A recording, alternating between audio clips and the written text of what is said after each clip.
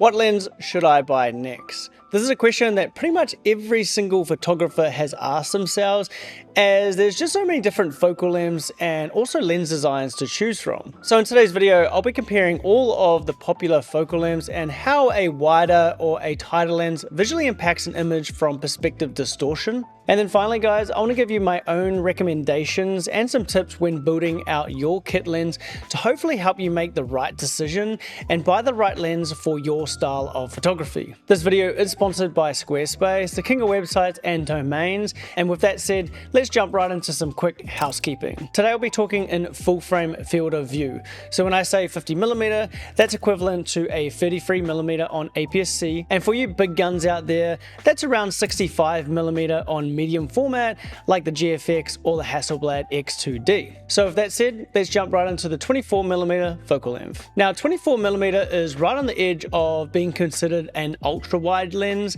and it's actually the widest focal length that I'll use in my own photography.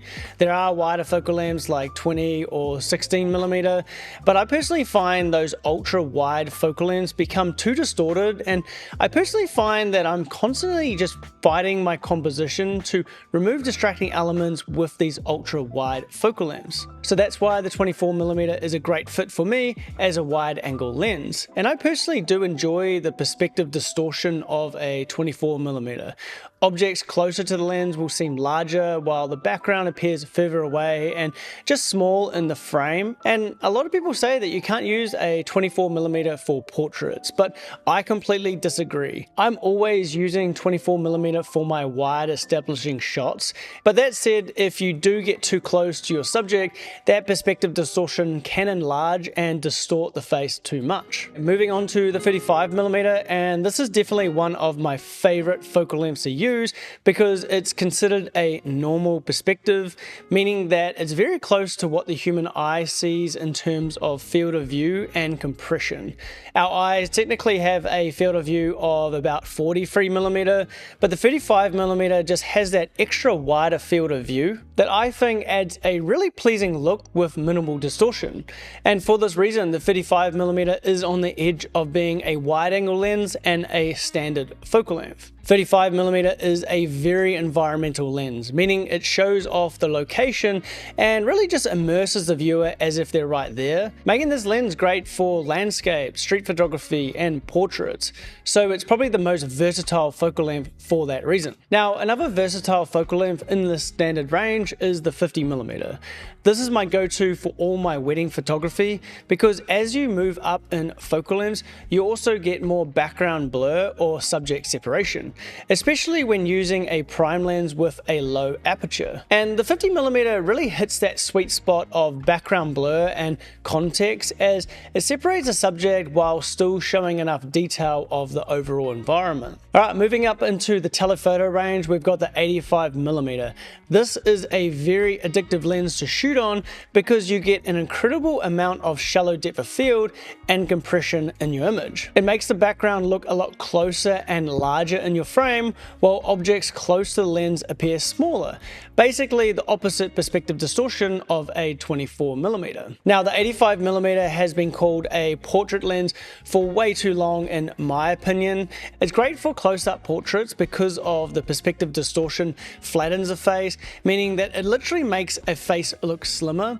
But when you shoot a full body portrait, that same perspective distortion and compression can actually shrink people and make them look shorter and wider. So yeah, the 85mm is a great portrait lens, but it just needs context. Now moving up into the final popular focal length we're going to talk about in today's video is the legendary 135mm. This is a very niche focal length. Not many people own a 135mm prime lens because most photographers just opt for a 70-200 zoom instead. But with something like my Samyang 135mm f1.8, you get an insane amount of background separation wide open, which is almost too much in my opinion. A lot of wedding photographers love the 135mm for ceremonies, myself included. But funnily enough, it's also a go-to for landscape photographers. I used to think that landscapes were all about wide angle lenses, but with the 135mm, that compression makes the background elements look much closer and more dramatic. Now, I actually did two separate examples to show how these focal lengths affect compression, showing how a longer focal length brings the background a lot closer and larger in the frame, and also a portrait example showing how longer focal lengths provide more background separation or blur, but at the same time they completely remove the environment or the location from the frame. These are honestly great tests to understand what lens to use, when and where. So stick around, as I just want to quickly thank today's sponsor, which is Squarespace. I've been using Squarespace for a few years now to run my wedding photography site. It's not just a portfolio, guys, as it brings in real clients. It's easy to update, looks clean, and ranks well on Google. I've even been playing with their booking tools to hire out my studio for some extra income. They've also added this really cool AI-powered builder that builds out a full site structure for you based on a few quick questions like your style, industry, and your goals. You can even sell prints or run member-only content as well. So try for free at squarespace.com, and when you're ready to launch, head to squarespace.com/Gerard Needham to save 10% off your website or domain. So thank you to Squarespace for sponsoring today's video. Now, apologies guys, as I forgot to turn the audio on. Rookie move. But for visual demonstration of what I was trying to say, here is a shot at 24mm. Now here is a shot at 35mm. Next is the 50mm. Here is 85mm. And then finally the 135mm, which I think is the correct focal length for this composition. You'll notice that when you put all these images side by side, on the wider 24mm focal length, the foreground is more exaggerated and appears larger, but the mountain is just tiny in the frame. Meanwhile, at the telephoto 135mm, the background and the foreground are so much more compressed, and Mount Cook looks a lot larger and also a lot closer. You also notice that a longer focal length removes a lot of the distracting elements from the edges of the frame. For example, the 24mm has these parked cars in the shot, while the 135mm with that tighter field of view cuts out a lot of those distractions. Now, to show how to get more background separation or blur and how focal length impacts facial features, I also shot a portrait example yesterday with similar framing before a quick surf with my girlfriend Maria.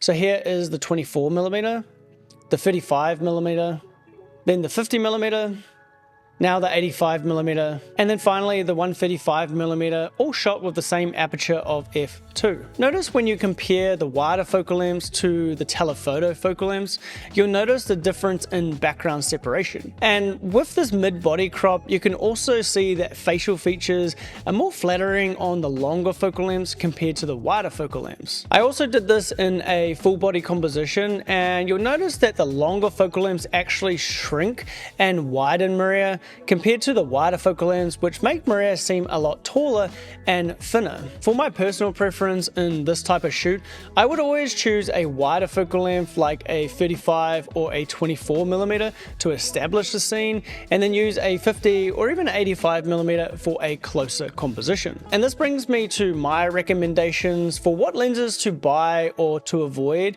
and hopefully this section will help you save a little bit of money and time too. So guys, I'm not going to sugarcoat it. Finding the right focal length for your style is really just trial and error. But instead of just dropping a lot of cash on every expensive prime lens out there, I'd recommend starting with secondhand or even solid third-party lenses like this fantastic Viltrox 50mm f2. Try a focal length out and shoot with it for a few months, and if it doesn't click, sell it and try something wider or tighter. There's definitely a few combinations of lenses to choose from, and my go-to combination recently is the 28mm for wide establishing shots, 50mm for that classic everyday standard look, and 90mm for tighter detail and compressed shots. Another great and popular combination is the 35 and 85mm. It's a classic setup for portrait photography, especially in the wedding space, and if you guys are more of a zoom person or you don't want to be changing lenses all the time, something like a 24-70 paired with a fast standard prime like like a 35 or a 50mm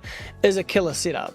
You get that versatility, you can shoot in low light, and you get that shallow depth of field look. And I would experiment with a 70-200 first over an expensive 135mm f1.8 prime lens. And guys, one last bonus tip, over the last 18 months I've been using a single Lightroom catalog for all my hobby, portrait and travel photography, and I've exported all my data using a plugin called Jeffrey's Data Explorer.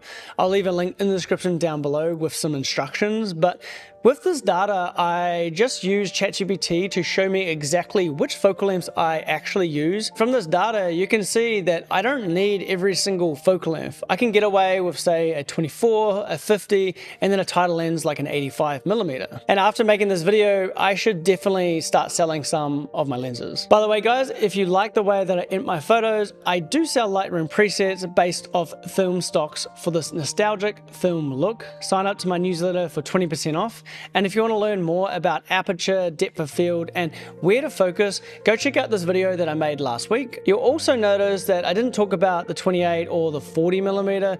Well, I actually have separate videos on them. Subscribe for more photography videos, and we'll see you later.